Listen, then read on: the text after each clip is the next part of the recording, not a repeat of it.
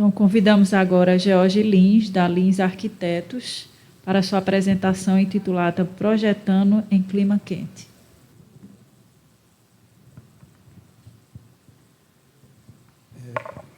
Boa noite a todos e todas. Para mim é uma satisfação muito grande estar aqui com vocês hoje. Eu queria agradecer muito, em primeiro lugar, a Isabel, pelo convite, pelas discussões, por todo o debate que a gente tem tido nesses últimos anos, né, mesmo.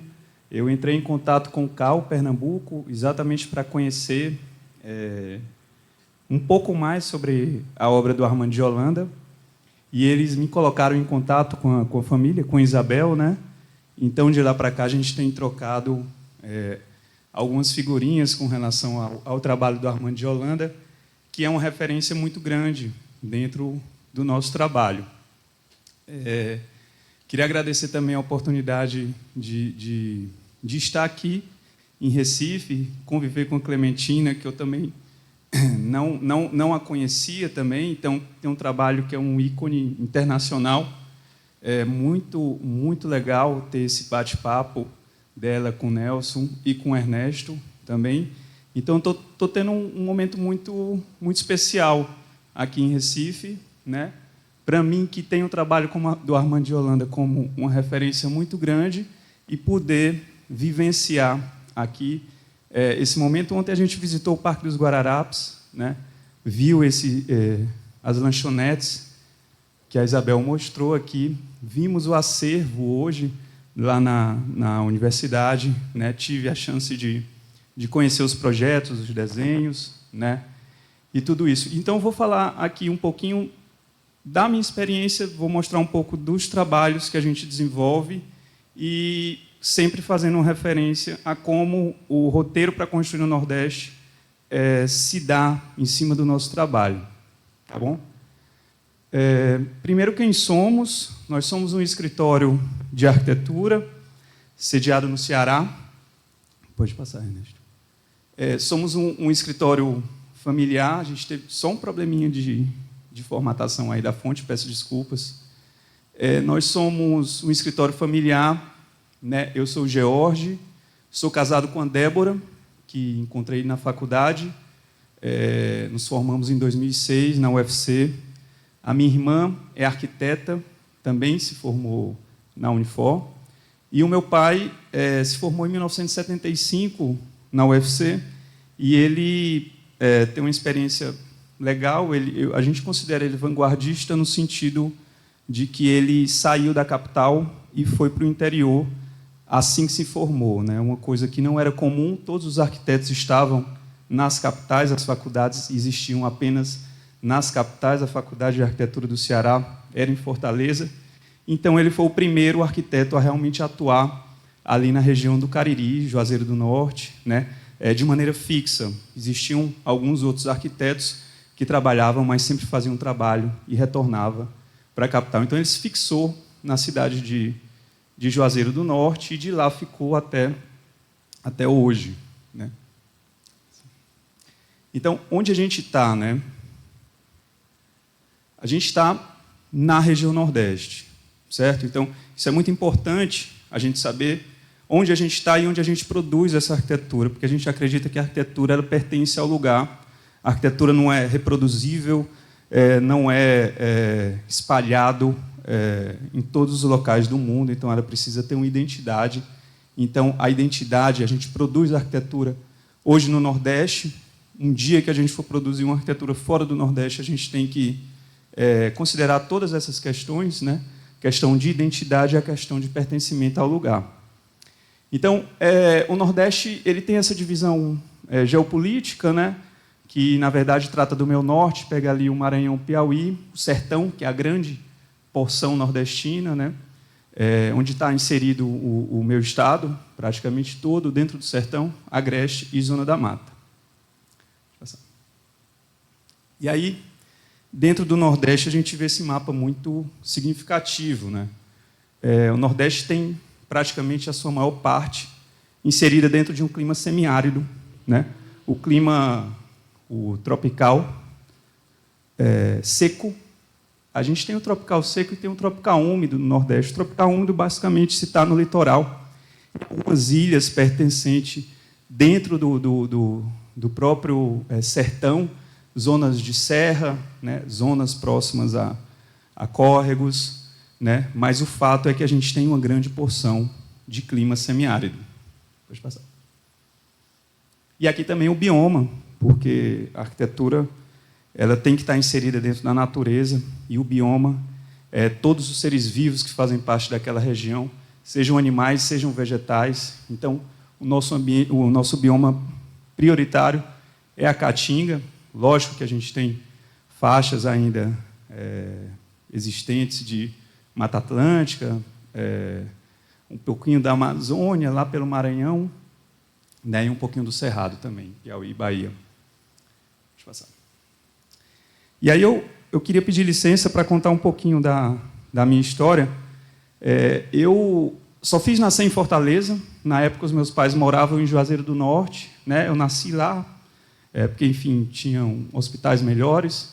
Mas, logo em seguida, eu volto para Juazeiro e fico lá até os 7 anos de idade, quando meus pais se separam, e a minha mãe volta para Fortaleza, e aí eu passo a minha vida inteira fazendo um trajeto entre Fortaleza e Juazeiro do Norte, de ônibus. Inclusive, a rodoviária de Fortaleza era um dos prédios que foi talvez um dos que mais me chamou a atenção para fazer pelo fato de querer ser arquiteto, né? Então eu transitava entre essas duas rodoviárias, né, a de Fortaleza e a de Juazeiro do Norte, e tinha a possibilidade de ver toda a paisagem do sertão, a paisagem do interior do Ceará, né, passando por cidades, né, vendo toda aquela natureza exuberante.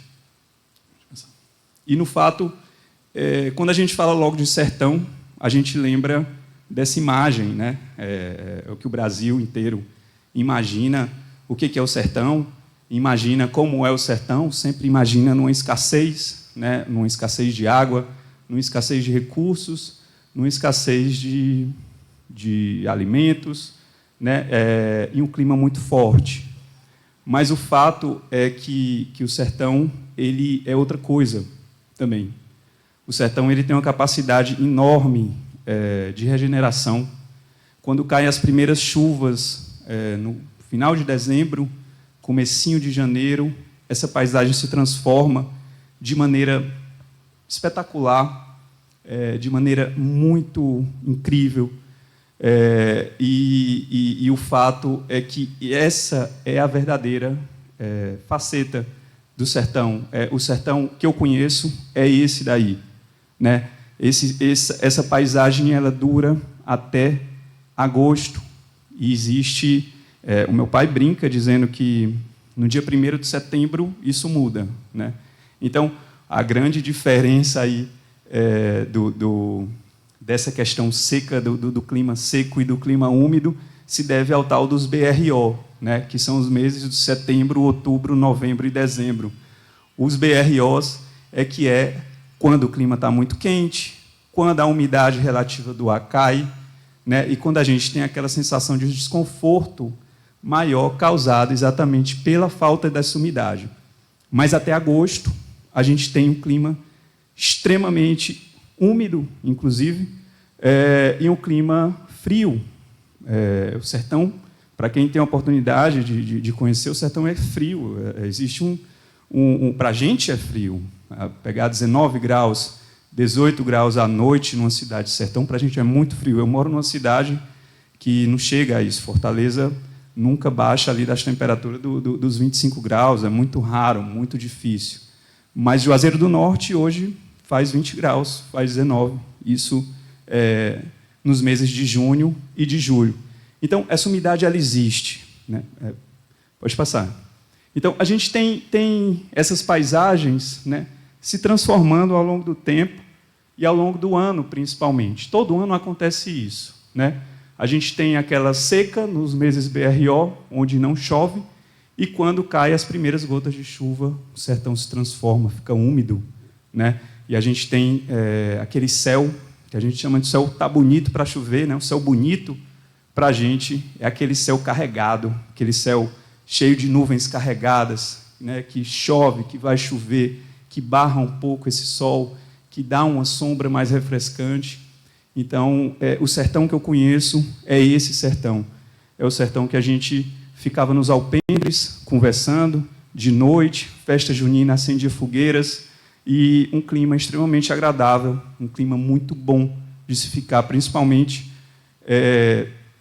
no período da noite, né? A gente esperava, eu lembro muito que eu esperava, junto com meu pai na varanda, que ele dizia que quando dava 9, 10 horas da noite, vinha o vento do Aracati. Esse vento vinha frio, era um vento norte, que vinha, só chegava exatamente na hora que ele falava. Era uma coisa assim impressionante, que me chamava muita atenção, né?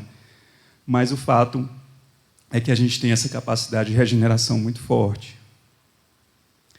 E o que é que a gente precisa nesse clima tropical? Né? A gente precisa principalmente de sombra. É a sombra que nos dá o conforto necessário. É a sombra que vai nos dar uma sensação térmica, uma sensação de conforto maior. E não é à toa que o Armando de Holanda começa o roteiro para construir o Nordeste dele por criar uma sombra. Essa é a principal estratégia bioclimática que a gente pode ter nessa região tropical. Seja úmida, seja seca, o que a gente precisa é criar uma sombra.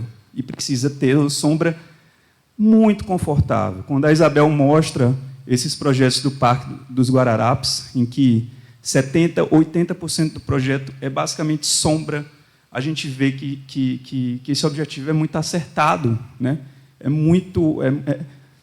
uma estratégia muito forte, né, no trabalho do Armando de Holanda, e eu imagino que deva ser em praticamente todos os arquitetos que atuam na região Nordeste, porque o que a gente precisa, basicamente, é sombra, né? É isso que a gente vê quando a gente passa pela paisagem, né? Os animais, principalmente, eles vão ali buscar essa sombra, seja de um pé de juazeiro, né, que está sempre verde, é uma das poucas espécies que não perdem as folhas no período dos BROs, né, no período mais seco. Então, os animais buscam esse tipo de sombra. Pode passar. E a gente tem dois tipos de sombra, né? Aquela sombra totalmente opaca, que é muito boa, quando está no calor muito forte, no calor exorbitante que a gente tem às vezes, e a gente tem esse outro tipo de sombra. Essa sombra a gente gosta muito, essa sombra de um pé de cajueiro, em que ela permite passar um pouco de luz de sol também. Ela não barra esse sol 100%, né? Ela deixa uns raios solares passar. Isso é muito bom para o clima tropical como um todo. A gente não deve barrar esse sol 100%, né? O sol ele deve entrar em alguns momentos do dia, em algumas coisas. O que a gente tem que fazer é filtrar essa luz que é excessiva, filtrar esse calor trazido por essa luz muito forte. Então, aí vem a questão dos elementos vazados, funciona basicamente quase como uma sombra de cajueiro. A sombra, como eu disse, ela é muito buscada por todo o bioma do Nordeste, né? E a gente não precisa pesquisar ou ver para entender, basta a gente sair na rua e a gente se depara com situações como essa, né? Que é basicamente a mesma coisa que a gente vê nas nossas cidades, né? Então, a falta de sombra gera isso, gera a mesma procura por ela. Então, uma sombra de um poste, ela é disputada ali ao extremo por todo mundo que passa, então fica essas fileiras, pode passar, procurando exatamente essa sombra. Então, só essa sombra é o suficiente? Pode passar. Do nosso entendimento, não. E quando a gente vai projetar qualquer tipo de edifício, a gente se baseia em basicamente 4 pontos principais. Primeiro é adaptar esse prédio ao clima, esse edifício ao clima, é uma coisa necessária que a gente precisa fazer, mas só a adaptação ao clima não é o suficiente. Para a gente, é muito importante a gente saber em que bioma aquilo está inserido. A vegetação que vai fazer parte, que vai circundar esse edifício, ela precisa ser própria dali, ou adaptada àquele espaço. Não faz sentido trazer plantas que venham de outro clima e vão precisar de uma manutenção enorme para sobreviver. Lembrando que a gente faz parte de um local onde tem uma certa escassez de água, né? Então, se a gente precisa de muita água para manter uma determinada planta, a gente não vai ser eficiente ou ser sustentável no sentido da arquitetura. Valorizar os materiais locais também é algo extremamente importante, principalmente para baratear o preço final da obra e para fomentar aquela economia local. Então, os materiais que estão ao nosso redor é o que devem fazer parte do nosso edifício. Para a gente, um brise da Hunter Douglas, super sofisticado, que é produzido na Holanda ou em algum país que tem um desenvolvimento tecnológico muito forte, não chega para a gente. Se chega com um preço absurdo. Então, não é esse brise que a gente vai procurar. A gente vai procurar um cobogó. A gente vai procurar um brise que a gente consegue fazer ali. Vai procurar um tijolo, que a gente tem uma série de olarias que está ao nosso redor. Vai procurar um ladrilho, que é produzido há mais de 100 anos, de maneira artesanal, ali naquele espaço. Então, são esses os materiais que a gente busca. E também a cultura, porque a gente faz arquitetura para as pessoas. A arquitetura tem um único objetivo, de abrigar o ser humano, né? A arquitetura é feita para isso. Então, esse edifício tem que refletir essa cultura do local. A gente não está produzindo uma arquitetura no Nordeste para pessoas da Alemanha. A gente está produzindo uma arquitetura no Nordeste para nordestinos. Então, isso é muito importante que a gente tenha consciência disso. Quem vai usar esse tipo de edifício? Então, um layout adaptado para que a gente consiga armar uma rede é algo que a gente deve, sim, se preocupar. Uma varanda, um alpendre, onde a gente consiga ter banquinhos, onde as pessoas possam sentar e conversar no final do dia, é uma coisa que a gente tem que considerar. Uma cozinha ampla, onde as pessoas conversem, onde as pessoas possam ter aquela socialização, é algo que a gente tem que considerar. Então, cultura é outro ponto importante. E aí, quem nos inspira, né? A gente trouxe aqui, primeiro, o Armando de Holanda. Eu tive uma experiência engraçada com o Armando de Holanda, eu até falei para a Isabel e para o Ernesto. Ontem, eu passei um ano estudando fora, em Lisboa, e me chamava a atenção o gosto que os portugueses tinham pela arquitetura portuguesa. Eles eram muito convictos de que a arquitetura portuguesa era uma arquitetura muito boa e muito eficiente. Então, eles valorizavam demais a arquitetura que eles produziam lá. Isso me chamava muito a atenção. E eu voltei para o Brasil imaginando o que seria isso aqui no Nordeste, né?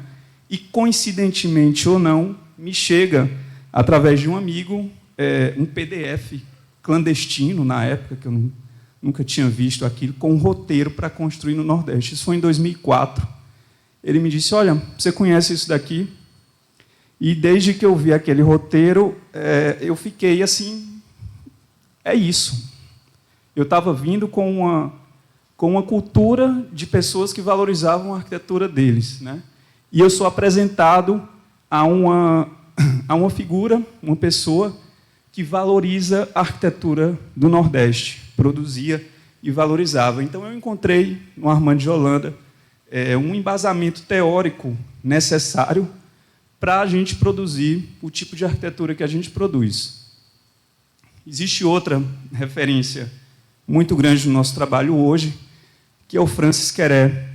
O Francis Queré, para quem não conhece, foi o vencedor do Pritzker desse ano, e para a gente foi uma satisfação enorme também ele ganhar esse Pritzker, porque ele trabalha exatamente, mais ou menos da mesma forma que a gente trabalha, em ambientes com poucos recursos, com uma arquitetura que necessariamente se utiliza de mão de obra e materiais locais, extremamente adaptada ao clima. Lá é um clima semiárido também, em Burkina Faso, onde ele trabalha, e é uma pessoa que a gente também tem uma admiração muito grande na questão prática da arquitetura e que a gente se inspira muito. E o que fazemos? Mas aí eu queria, basicamente, focar em que o Armando de Holanda nos inspira, né? Pode passar. E aí eu tentei pegar tópicos do roteiro para construir no Nordeste e tentar fazer um paralelo com o nosso trabalho, certo? São algumas visões, nem tudo preto no branco, né? Mas são pontos em que a gente sempre cogita, em que a gente sempre se preocupa quando a gente está projetando. O primeiro é criar uma sombra. Esse é um hospital veterinário. Esse é um projeto no hospital veterinário. São 9.000 metros quadrados de sombra, uma sombra solta da edificação, né? Então, esse edifício... eu vou mostrar uma série de edifícios aqui que está ligada a uma universidade particular, lá na região do Cariri, que se chama Unileão. Isso é um hospital veterinário, certo? E o nosso partido principal foi criar uma sombra que pudesse abrigar o edifício embaixo. Pode passar. Então, é uma sombra em estrutura metálica, uma sombra com pé direito considerável, uma sombra ventilada que permite que a ventilação entre, que a ventilação passe, né? Então, a ventilação ela é sempre muito importante para a gente também, mesmo no clima semiárido. A gente precisa ter uma ventilação cruzada em qualquer local do mundo. A gente precisa ter uma certa renovação de ar, né? E o que acontece no semiárido, basicamente, é que nos meses de setembro, outubro, novembro e dezembro, quando a temperatura externa for maior que a interna, a gente vai lá e fecha a nossa janela e não promove essa ventilação cruzada, tá? Mas até agosto a gente deve sim promover. Isso é muito importante que aconteça. Só quem mora no sertão, quem mora nesses espaços é que sabe e tem consciência disso. A gente vive uma série de edificações no interior do estado que não tem nenhum tipo de ventilação e, no final, as pessoas têm que sair, no final do dia, têm que sair de casa. O pessoal fala para socializar, mas é porque a casa é muito quente. Então, quando esse vento não troca, eles vão para a calçada. E a calçada, elas pegam uma brisazinha, ficam ao relento, e aquilo dá o conforto necessário para elas. Aqui é um outro exemplo de sombra, né? E aqui uma sombra por ser sombra, né? Existe uma praça, onde era uma praça com carnaubeiras. Carnaubeiras é uma palmeira que vocês veem que não dá muita sombra, né? Então, a gente propôs um equipamento que fizesse um apoio ao restaurante universitário que está ali. Então, a gente criou essa sombra exatamente para servir como sombra. A maior riqueza que a gente pode ter quando a gente trabalha no clima tropical é proporcionar sombra. Essa é a coberta do hospital veterinário, aquela que eu estava falando, né? É uma coberta feita com telha ondulada comum, normal, não é uma telha termoacústica, mas devido ao pé direito ser extremamente alto, a gente consegue ter uma renovação de ar muito forte, uma renovação de ar muito grande. O ar quente está sempre saindo pela coberta, né? E está sempre proporcionando esse bem-estar melhor na parte de baixo. Quando a gente vai para um outro tópico do roteiro, que é recuar as paredes, a gente imagina principalmente os nossos alpendres, as nossas varandas, né?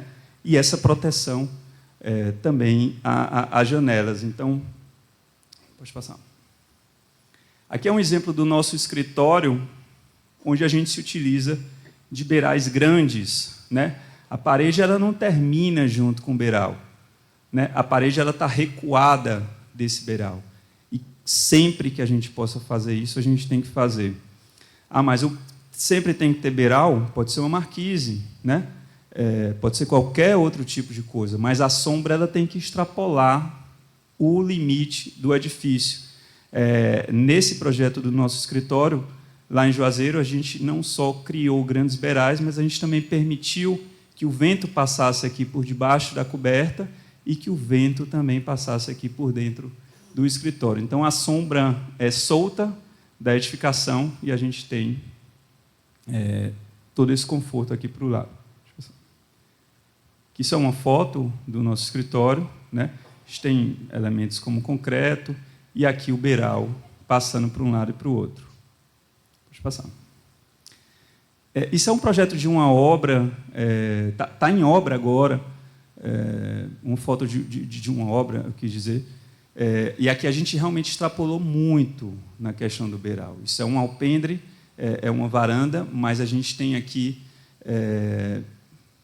um beiral enorme, exatamente para abrigar a socialização das pessoas aqui. Sombra nunca vai ser demais, então recuar essas paredes. Outro ponto importante que a gente tem que saber, as pessoas também acham que as chuvas torrenciais só acontecem no tropical úmido, né? Mas quem já presenciou um toró ou uma chuva muito forte no sertão, com raios e trovões, vai ver que essa chuva ela vem, às vezes, horizontal também, né? Então, a chuva, quando ela é forte em todo o Nordeste, né?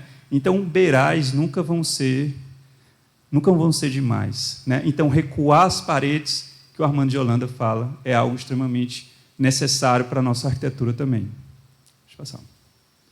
Aqui é uma outra residência, que a gente chama de residência das varandas, porque a gente tem esses alpendres aqui, essa varanda, tanto de um lado como de um outro, né? São 5 metros de varanda de um lado e 5 metros de varanda do outro. Então, essa porção aqui, essa parede está recuada do limite da coberta também. Deixa eu passar. Vazar os muros, né? E aí o Armando de Holanda nos mostra uma série de brises, uma série de cobogós, né? Muxarabis. Então, essa é uma estratégia extremamente eficiente para a gente. Pode passar. Esse é um padrão de elemento vazado que a gente criou. A gente se utiliza muito de cobogós e também a gente se utiliza muito de tijolo cerâmico maciço para formar um elemento vazado. Então, nesse projeto específico, que é o projeto da Academia Escola da Unileão, a gente fez uma paginação exatamente para proporcionar esse filtro da luz, que é tão necessário para o nosso clima. A gente tem muita luz, né? Então, a gente precisa barrar ela 100%? Não precisa. Se a gente barrar ela 100%, a gente não vai ter a iluminação natural tão desejada para as atividades internas. Então, a gente tem que filtrar essa luz para que ela entre de maneira mais amena e permita que essas atividades sejam feitas sem ligar uma luz artificial, por exemplo. Deixa eu passar. Esse é o projeto daquele GIF, esse é o projeto da Academia Escola da Unileão. São 5 círculos, cada círculo concentra um tipo de atividade, né? Esse projeto nos deu alegria muito grande, ele teve alguns prêmios, o maior dele foi do Instituto Tomiotaki. Então, é um prédio que funciona muito bem. Ele tem uma estratégia que são basicamente uma segunda pele. A gente joga essa segunda pele na frente, feita de tijolo, e por dentro é tudo vidro. Essa academia ela foi projetada para funcionar sem nenhum tipo de ar-condicionado, mas, por decisão do cliente, ele preferiu colocar ar-condicionado. Mas o fato é que, quando a gente abre a esquadria de dentro, a gente tem um espaço, um ambiente tão confortável quanto, né? Então, existe uma pele por fora e por dentro é vidro. Esse já é do Hospital Veterinário, ainda durante a obra, sem a vegetação. Aqui a gente jogou algumas palmeiras, né? Algumas plantas aqui embaixo. Isso é um paredão de 7 metros de altura, feito com tijolo maciço também, né? Para a fachada poente. Então, a gente barra esse sol para que ele entre dentro do espaço interno do hospital de uma maneira amena, de uma maneira filtrada. Deixa eu passar. Aqui já é um outro edifício, um edifício do Núcleo de Prática Jurídica, onde a gente também tem essa relação de cobogós. Sempre a gente joga um jardim na parte interna, exatamente para se entrar a água da chuva. A gente cria esse bolsão de área verde entre o ambiente interno e o ambiente externo. Então, a gente trabalha sempre com 3 camadas. É a camada externa, né, feita com cobogós, o vazar os muros, uma câmara de ar, geralmente com vegetação e o espaço interno. Pode passar. Esse vazar os muros a gente levou tão ao pé da letra que a gente também decidiu vazar o teto. E sempre a gente via soluções feitas com pérgolas no teto, exatamente para permitir que esse ar quente saísse no centro do edifício, né? Mas para a gente seria muito interessante se a gente substituísse essas pérgolas por cobogós também. Então aqui é um esqueminha que a gente fez, criou uma estrutura metálica para acomodar os cobogós.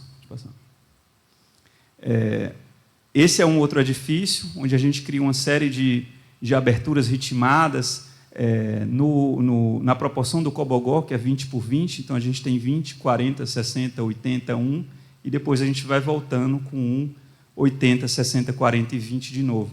É um prédio muito extenso, de 70 metros de uma ponta a outra, então a gente cria esses ritmos ao longo do prédio. Deixa eu passar. Aqui também um outro tipo de elemento vazado, né, mas mais na linha do Muxarabi. A gente cria também na fachada poente, isso é uma residência, existem algumas esquadrias aqui por trás, esquadrias de vidro, e a gente cria esse painel, que é um painel que tem um módulo, que ele é reproduzido, e esse módulo reproduzido cria esse aspecto abstrato nele mesmo, né? A gente se inspirou muito nos painéis do Atos Bucão, lá do Itamaraty, para proporcionar esse tipo de jogo, né? Esse tipo de aberturas, para que a gente conseguisse filtrar essa luz do sol. Pode passar. O proteger as janelas, que é outra estratégia muito forte também, do Armando de Holanda, ele fala da questão dos brises, cita até o peitoril ventilado, né? Então essa esquadria ela tem que ser protegida de alguma forma, e aí às vezes a gente extrapola, pode passar, e aí a gente extrapola às vezes esse fato de proteger a janela, e a gente cria essa história das 3 camadas, né? A fachada de vidro nas regiões tropicais, exposta diretamente ao sol, ela é extremamente prejudicial, porque cria um efeito estufa e o ambiente interno fica mais quente do que o externo. Então, quando a gente protege essa janela, a gente consegue ter uma eficiência térmica muito maior, onde a gente permite, possa abrir essa janela e ter um espaço também extremamente agradável, porque ela está muito protegida, né? Então, é isso que a gente faz em uma série de edifícios também. Pode passar. A gente também cria uma série de esquadrias duplas. Eu acho que aí não carregou o GIF, mas é uma janela do nosso escritório, onde a gente tem janelas duplas aqui de... pode só passar e voltar, Ernesto, por favor? Não está carregando.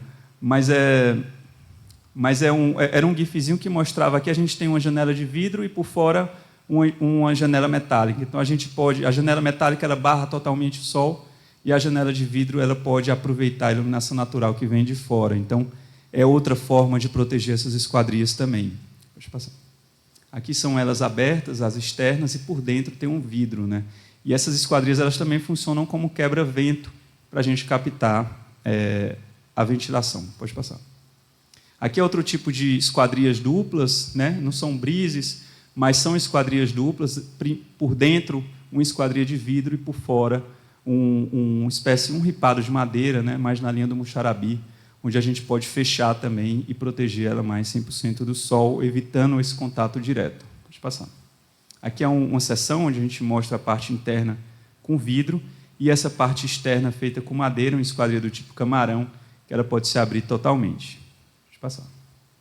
Aqui ela fechada, né? E por dentro... aqui era outro... pronto, essa apareceu direitinho.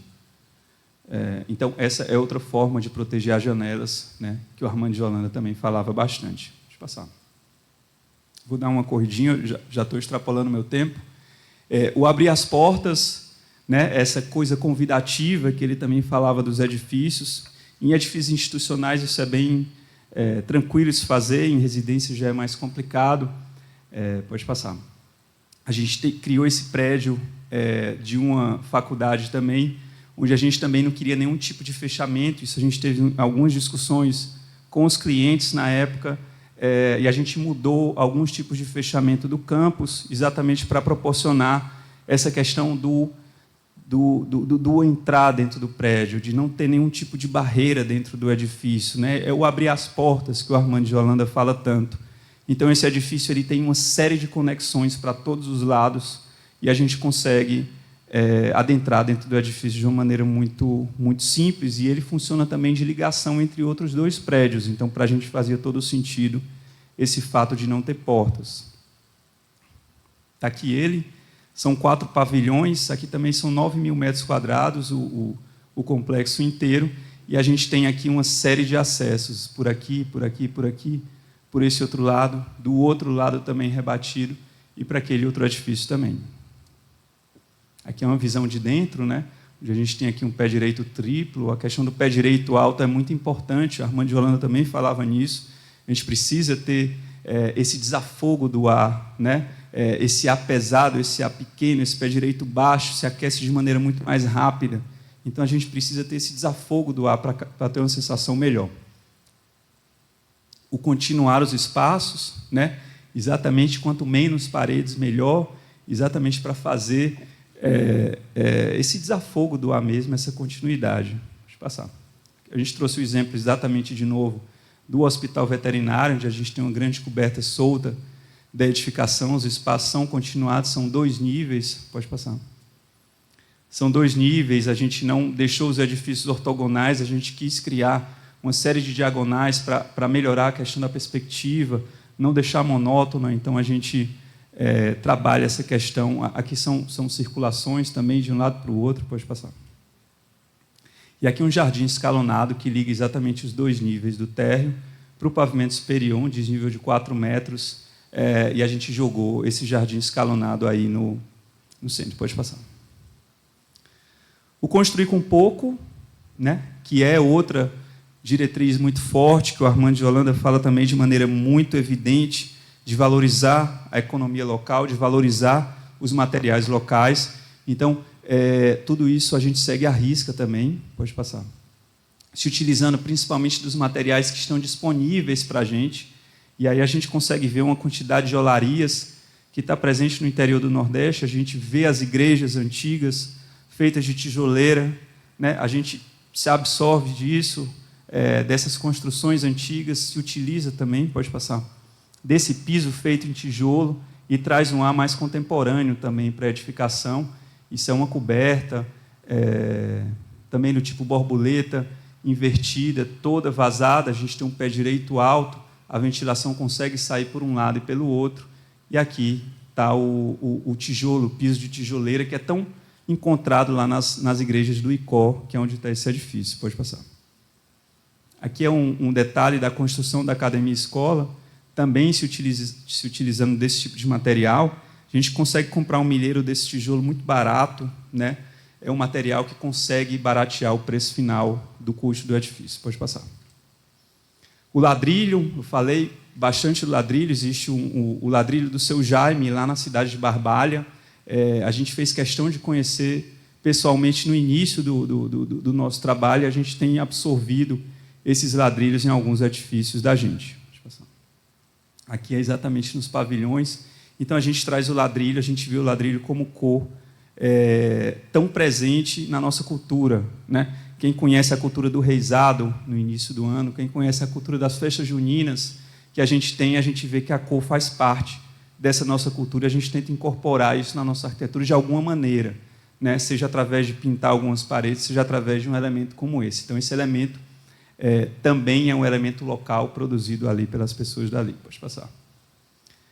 O conviver com a natureza, né? E aí perder um pouco esse...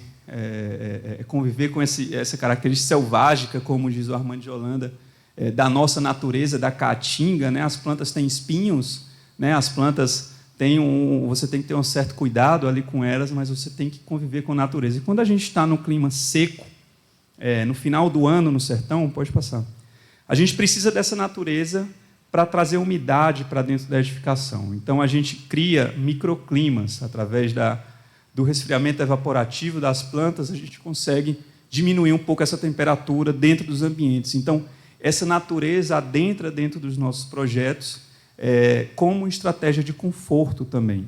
A gente cria uma série de jardins. Isso é uma casa onde está inserida no meio do sertão, mas teve a sorte aqui de estar protegida por todas essas árvores. Pode passar. Já nos outros edifícios, os jardins eles estão sempre presentes, a natureza está sempre presente dentro do nosso trabalho, principalmente como esse tipo de estratégia, né?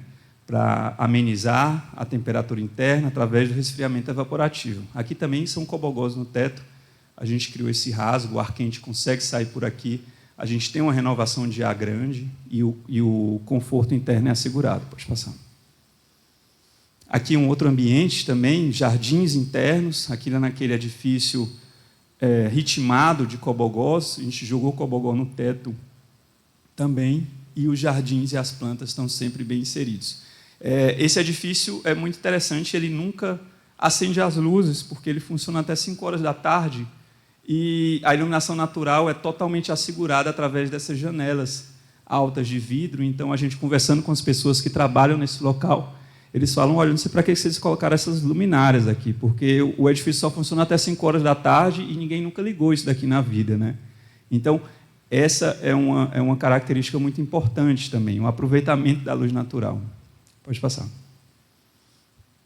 Aqui também os jardins adentrando, pode passar. E o Construir Frondoso, o Armando de Holanda termina o livro com o Construir Frondoso, que, na minha opinião, é um manifesto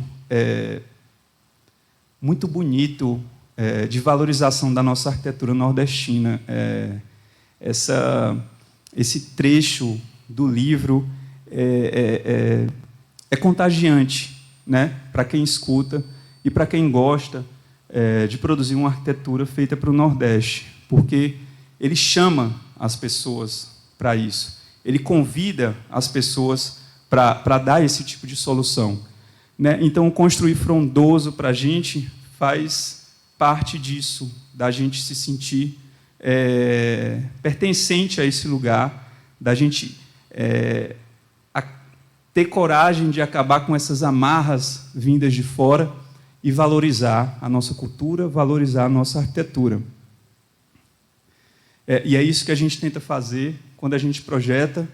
A gente tenta sempre trazer à tona esse tipo de discussão. A gente tenta sempre mostrar que a gente se sente muito feliz e satisfeito de produzir uma arquitetura no Nordeste com baixo custo, adaptada ao clima, que valoriza a cultura local, e isso está muito dentro do pensamento obtido através do Construir Frondoso do Armando de Holanda.